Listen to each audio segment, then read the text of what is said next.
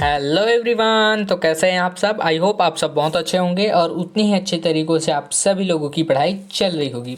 तो आज का ये वीडियो बहुत खास होने वाला है क्योंकि आज के इस वीडियो में मैं आपके लिए लेकर आ चुका हूँ छत्तीसगढ़ बोर्ड वार्षिक परीक्षा 2024 कक्षा 10वीं विषय संस्कृत का सेट बी आपके लिए मैं लेकर आ चुका हूँ।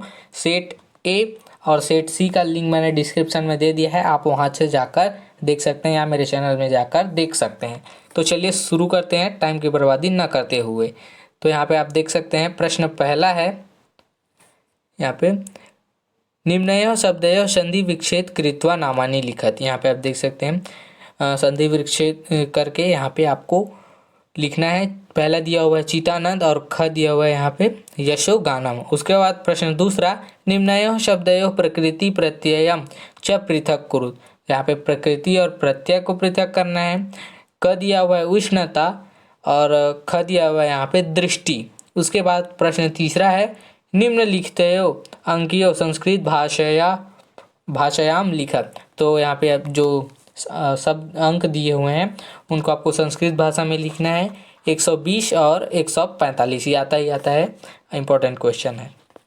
और उसके बाद यहाँ पे प्रश्न 4 है वाच्यम अबोधयत नाम लिखिए। यहाँ पे कर्तृवाच्य और कर्मवाच्य फिर से यहाँ पे आया है, तो इसको आप अच्छे से करेंगे। क दिया हुआ है कन्या भी हस्यते। उसके बाद दिया हुआ है ख अहम सूर्य पश्यामी। उसके बाद यहाँ पे प्रश्न 5 है हिंदी भाषा अनुवाद कुरुत। यहाँ पे क दिया हुआ है सज्जना व्यवहारे कुशला भवती। तो यहाँ पे आपको हिंदी भाषा में अनुवाद करना है। ख दिया हुआ है श्यामा विद्यालयात बहि गच्छति। उसके बाद ग दिया हुआ है विद्यया सदृशम घनम नास्ति। उसके बाद प्रश्न 6 है विग्रह पदानाम सामासिक शब्द लिखित्वा नामानि लिखत। तो यहाँ पे विग्रह पदानाम सामासिक पद यहाँ पे लिखना है। उसका क है यहाँ पे पिता च पुत्रश्च। उसके बाद दिया हुआ है ख चंद्र इव मुखम। ग दिया हुआ है दिगंबरम यस्य श। उसके बाद आपका आता है प्रश्न 7 निर्देशानुसार त्रिषु वचनेषु धातु रूपाणि लिखत। तो यहाँ पे आपको 3 वचनों में धातु रूप यहाँ पे लिखना है। इंपॉर्टेंट क्वेश्चन 5 नंबर का क्वेश्चन आ सकता है इसमें से। तो पहला दिया हुआ है यहाँ पे नृत्य, यहाँ पे दिया हुआ है प्रथम पे यहाँ पे करना है लट लकार उत्तम पुरुष में। उसके बाद यहाँ पे आप देख सकते हैं लिख का वैसे करना है लट लकार मध्यम पुरुष में। और ग दिया हुआ है कथ का आपको लंग लकार प्रथम पुरुष में यहाँ पे आपको करना है। ठीक है। उसके बाद आता है हमारा प्रश्न 8 अधोलिखित गद्यांश हिंदी भाषायाम अनुवाद कुरुत। तो ये गद्यांश आप देख सकते हैं, इम्पोर्टेंट गद्यांश है, ये भी आता ही है। तो इसकी तरह बहुत अच्छे से करेंगे और इसकी अनुवाद करना है यहाँ पे। उसके बाद प्रश्न 9 है अधोलिखित गद्यांश हिंदी भाषा में अनुवाद कुरुत। फिर से यहाँ पे एक आया हुआ है, लगभग 2 आते हैं। ये एक गद्यांश टाइप कविता टाइप का रहता है और एक गद्यांश का रहता है। उसके बाद प्रश्न 10 है अधोलिखित श्लोकस्य हिंदी भाषा अनुवाद कुरुत। यहाँ पे आप देख सकते हैं विद्या विविधाय धनम मदाय शक्ति परेशा परिपीडनाय। उसके बाद खलस्य साधुर विपरीत मेदत ज्ञानाय दानाय च रक्षणाय। इसका आपको अनुवाद करना है। प्रश्न 11 है उसके बाद अधोलिखित श्लोकस्य हिंदी भाषा अनुवाद कुरुत। ये आप देख सकते हैं वायुना शोधका वृत्का रुग्णात् पहारका। उसके बाद तस्माद् रोपणम एतेषां रक्षण च हितावयम वहम। तो इसका आपको हिंदी में अनुवाद करना है। ठीक है। उसके बाद प्रश्न 12 है अधोलिखितेषु चतुर्णाम प्रश्नानाम उत्तराणि संस्कृत भाषया लिखत। तो यहाँ पे आपको 4 प्रश्नों के उत्तर आपको संस्कृत भाषा में लिखने हैं। आगरा नगरम की मर्थम प्रसिद्धम, ये आपको बताना है। दूसरा है त्रिणाता केन श विरोधा अस्ति। उसके बाद तीसरा है कस्मात् बुद्धिनाशो भवति। उसके बाद चौथा है यहाँ पे विलासया विवाह केन सह अभवत। तो बंसी नामक युवक के साथ हुआ था उनका विवाह। उसके बाद 5वां दिया हुआ है आत्मानंदस्य बालकानामस्य बाल्यकालस्य नाम किम आसीत, ये आपको बताना है। उसके बाद 5वां दिया हुआ है वस्तुतः चौर कह आसीत, ये भी आपको बताना है। उसके बाद प्रश्न 13 है आपका अधोलिखितेषु चतुर्णाम प्रश्नोत्तराणि हिंदी भाषया लिखत। हिंदी भाषा में आपको लिखने हैं 4 प्रश्नों के उत्तर।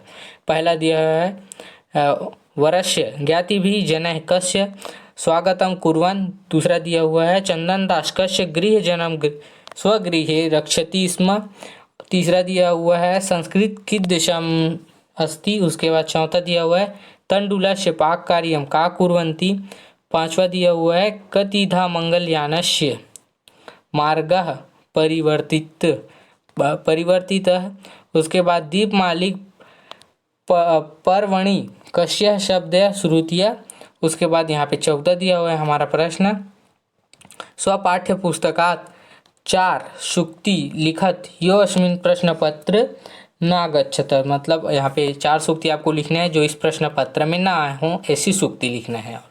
उसके बाद प्रश्न 15 है भवतः नाम ऋषिकेश अति भवान शासकीय उच्चतर माध्यमिक विद्यालय डोंगरगढ़ 10वीं कक्षा छात्र भवान स्वप्रचार्य त्रयदिवसा अवकाश संस्कृत भाषा प्रार्थना पत्रम लिखत। तो यहाँ पे आपको त्रयदिवसा मतलब 3 दिन की छुट्टी के लिए अपने प्राचार्य को आवेदन पत्र यहाँ पे लिखना है। उसी के अथवा में दिया हुआ है भवान कवर्धा नगरे स्थित ऋतु राजा मित्र सुरेश दिल्ली नगरे वस्तित परीक्षा सफलतया वर्धमान प्रश्न कोष्ठक प्रदत्त पदानाम सहायता लिखत। यहाँ पे आपको लिखना है जो कि फिल इन द ब्लैंक्स यहाँ पे भरना है आपको। यहाँ पे देख सकते हैं ब्लैंक्स दिए हुए हैं खाली स्थान, उसमें आपको इसमें से छांट कर जो कि भरने हैं। आप पता होंगे, आपको याद होंगे तो आप आसानी से यहाँ से भर सकते हैं। उसके बाद ब दिया हुआ है उसी के अधोलिखित अपठिताशम गद्याशम मतलब पठित्वा निर्देशानुसार हिंदी भाषा उत्तरत। मतलब हिंदी भाषा में आपको उत्तर देने यहाँ पे पढ़कर संस्कृत भाषा में उत्तर देने आपको इसे पढ़कर संस्कृत भाषा सारांश लिखा। दूसरा है उचित शीर्षकम लिखा, गद्यांश का उचित शीर्षक भी आपको लिखना है। उसके बाद निर्देशानुसार उत्तरम आपको देने हैं। पहला है केशावर्षेषु सभ्यतायाः आलपन्ते। दूसरा है बालः कान कान पश्यति। तीसरा है सदाचारण इत्यर्थे अत्र क शब्द प्रयुक्त।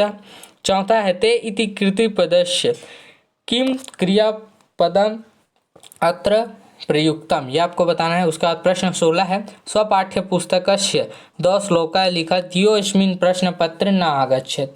यहाँ पे 2 श्लोक लिखना है जो इस प्रश्न पत्र में आपके ना आए हों। उसके बाद हमारा प्रश्न पत्र यहाँ पे प्रश्न 17 द्वादश वाक्येषु संस्कृत भाषा निबंध लेखनम कुरुत कोऽपि एक के बारे में आपको 12 लाइन का यहाँ पे निबंध लिखना है। तो आप इसकी तारीफ अच्छे से करेंगे। यहाँ पे सुभाष चंद्र दिया हुआ है, क्रिकेट का दिया हुआ है, मम दिनचर्या का और महाकवि कालिदास का। तो इनमें से किसी भी एक विषय में आपको लगभग 12 लाइन में यहाँ पे लिखना है।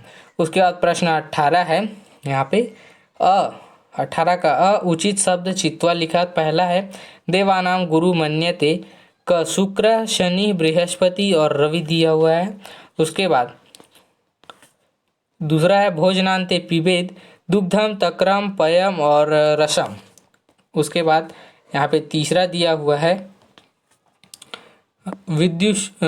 विद्युत्सु शब्दे विभक्ति अस्ति पंचमी षष्ठी सप्तमी या द्वितीया, ये आपको बताना है। उसके बाद निबलः निर्बलः शब्दे संधि भवति, यहाँ पे सत्व शत्व सत्व और रुत्व, ये आपको बताना है। उसके बाद 5वां दिया हुआ है वैदिक इत्यस्मिन् शब्दे प्रत्यय अस्ति तल ठक इंगिप और टाप, तो यहाँ पे आपको बताना है। उसके बाद आता है हमारा ब उचित स्तंभ सुमेलन कुरुत।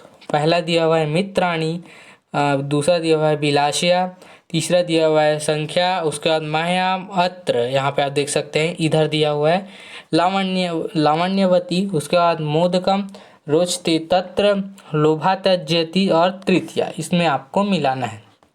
उसके बाद आता है हमारा सब उचित विकल्प चित्वा रिक्त स्थानीय पूर्यत, तो यहाँ पे आपको चुनकर आपको नीचे भरना है। मनसो खालिस्तान दमा मुद्रा राक्षसम नाटकस्य लेखक खालिस्तान अस्ति। उसके बाद अनुरागी इति शब्दे अनु खालिस्तान अस्ति। उसके बाद पुत्री जनकेन खालिस्तान गच्छति और 5वां दिया हुआ है खालिस्तान सोमवार भविष्यति वारसा भविष्यति, ये आपको बताना है।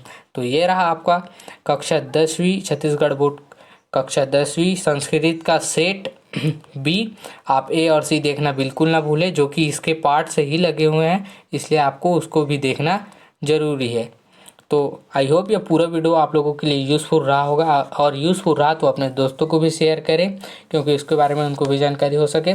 और अगर आप हमारे चैनल में नए हैं तो हमारे चैनल को इसी तरह की वीडियो पाने के लिए सब्सक्राइब करें। तो मिलते हैं एक और यूज़फुल वीडियो के साथ में, तब तक के लिए धन्यवाद।